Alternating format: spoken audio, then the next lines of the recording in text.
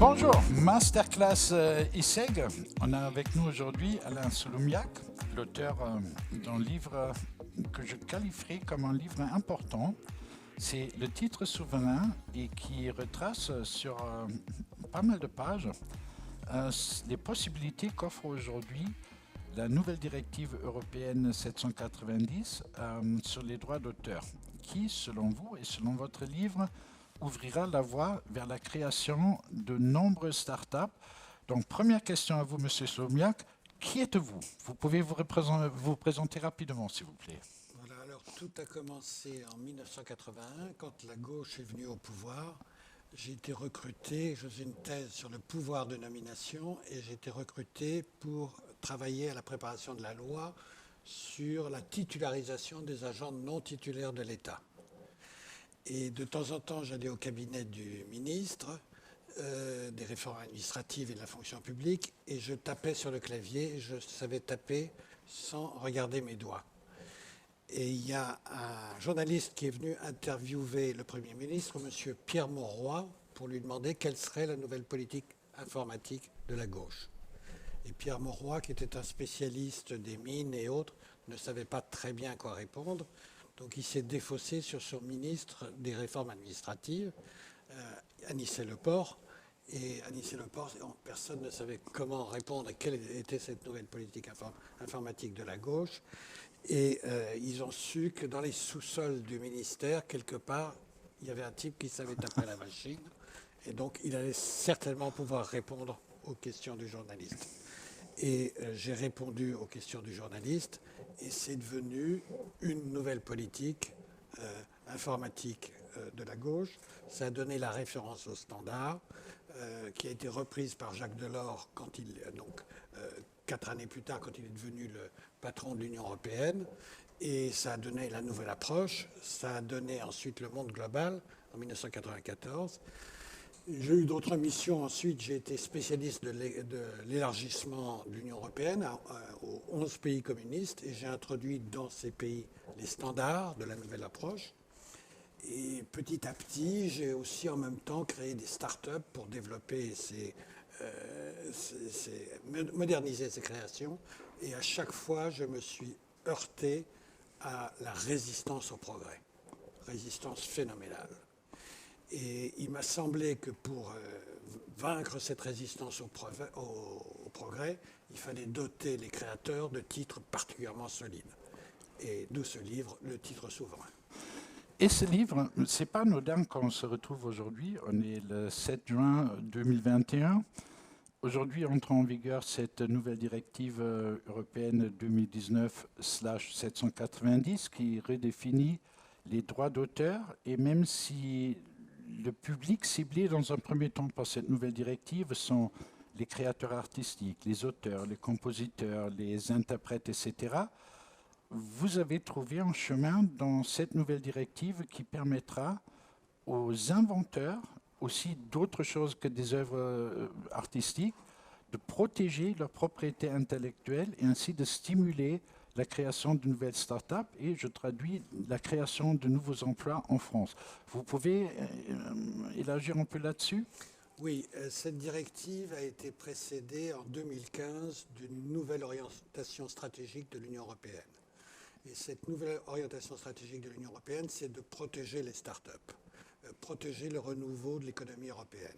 Et il y a eu toute une série de mesures qui ont été lancées, notamment un programme 3S avec 67 milliards d'euros distribués aux start-up dans le cadre des vallées créatives. Un remarquable programme qui a été lancé. Donc il y a une démarche d'ensemble pour rénover la propriété intellectuelle. Mais c'est très très difficile, il y a une très grande résistance. L'Europe est aussi dominée par des grands barons et aussi par les GAFA, et c'est très très difficile de discuter avec les GAFA. Et dans cette directive, ils attaquent directement les GAFA. Donc il y a eu des députés qui étaient d'un côté, d'autres de l'autre côté, et cette directive est un mélange et un empilement d'arguments parfois contradictoires. Mais derrière, il y a un fil. Et c'est ce fil que j'ai senti nécessaire, pour lequel j'ai senti nécessaire d'intervenir avec ma connaissance des standards et d'aider à le mettre en évidence. Monsieur Solomiac, j'ai eu l'occasion de vous connaître un peu. Vous êtes quelqu'un de plutôt modeste dans votre discours. Là, je vais vous inviter de faire un peu de publicité pour votre livre.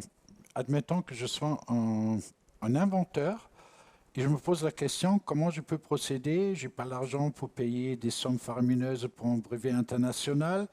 Je n'ai pas le financement pour la production industrielle de mon invention. Qu'est-ce que m'apprend ce livre pour améliorer ma situation? Alors, il y a des gens qui ont lancé des très belles formules, très très nobles. Tout est à tout le monde. Votre appartement m'appartient. Partageons votre voiture. Partageons votre revenu. Partageons votre femme. Tout ça, c'est très sympathique. Et tout le monde est d'accord, surtout si on n'a pas une belle bagnole ou autre. On est tout à fait d'accord pour partager la voiture de l'autre. Mais qui a fait cette voiture? Qui a fait ce travail? Alors, ça s'exprime dans cette pensée. Les idées sont de libre parcours. Donc, si vous créez quelque chose, tout le monde peut le prendre. Mais s'il en est ainsi, si la start-up qui va devoir dépenser 5 ans ou 10 ans de travail pour mettre au point le produit, pour mettre au point les logiciels, pour élaborer la stratégie marketing, pour recruter le personnel compétent, elle va dépenser entre 1, 2, 3, 10 millions d'euros. Où va-t-elle les trouver? Il faut qu'elle puisse amortir ce travail qui a été fait. Il faut qu'elle donne aux épargnants qui investissent en elle les moyens de la financer. Et ça, c'est la propriété intellectuelle qui donne ces moyens-là.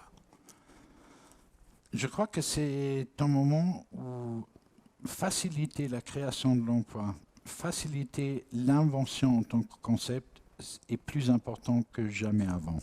Nous sommes, on l'espère, à la sortie d'une crise majeure. La vraie crise économique risque encore d'arriver. Et du coup, vous êtes là avec la clé, comment améliorer la situation pour les forces vives du pays. Il faut nous dire où est-ce qu'on peut acquérir ce livre, qui est un peu la Bible de l'inventeur pour protéger ses droits. C'est très très important. Où est-ce qu'on peut l'acheter? Alors, je vais tout de même faire un petit commentaire là-dessus. Le plein emploi est une chose naturelle. On fait comme s'il est difficile à atteindre. Il y a des milliards et des milliards de créations possibles. Ces créations génèrent de la richesse. Si on libère ces créations possibles, on libère les emplois avec. Et la limite de la création, la limite de notre développement, c'est le plein emploi. On ne peut pas aller plus loin que le plein emploi des capacités de production. Or, en fait, la créativité humaine dépasse très très largement ces capacités du plein emploi. S'il n'y a pas de plein emploi à l'heure actuelle, c'est parce que ce plein emploi est bloqué par les grands trusts qui veulent garder leurs privilèges, garder les droits acquis du passé, garder le système économique polluant antérieur. Pour restaurer ce plein emploi, il faut développer cette créativité, laisser la libre création qui n'existe pas. Et ce maintien du plein emploi est dû à des gens qui ont un comportement qui a été mis en cause par Villerocher et qui a utilisé un terme violent. Il a dit que ces gens étaient malhonnêtes. Ces grands patrons d'entreprise, il a dit qu'ils étaient malhonnêtes. Moi, je dis qu'ils sont des prévaricateurs. Ils ont une mission qui est d'employer les gens, de développer leur processus, d'améliorer sans cesse la situation sociale et économique, et ils vont dans un autre sens. Et je suis en relation avec des agents responsables à très très haut niveau, et je vois partout la prévarication qui sévit. Il faut absolument libérer ces créations. Ce livre est disponible dans le principal distributeur du monde en matière de livres, Amazon, qui est aussi un grand créateur, et il est publié par la Société mondiale des créateurs. Et on vous le recommande très très vivement. C'est Le titre souverain d'Alain Solomiac. Merci beaucoup d'être passé à l'ISEG et c'était vraiment une rencontre très très intéressante. Merci beaucoup. Merci.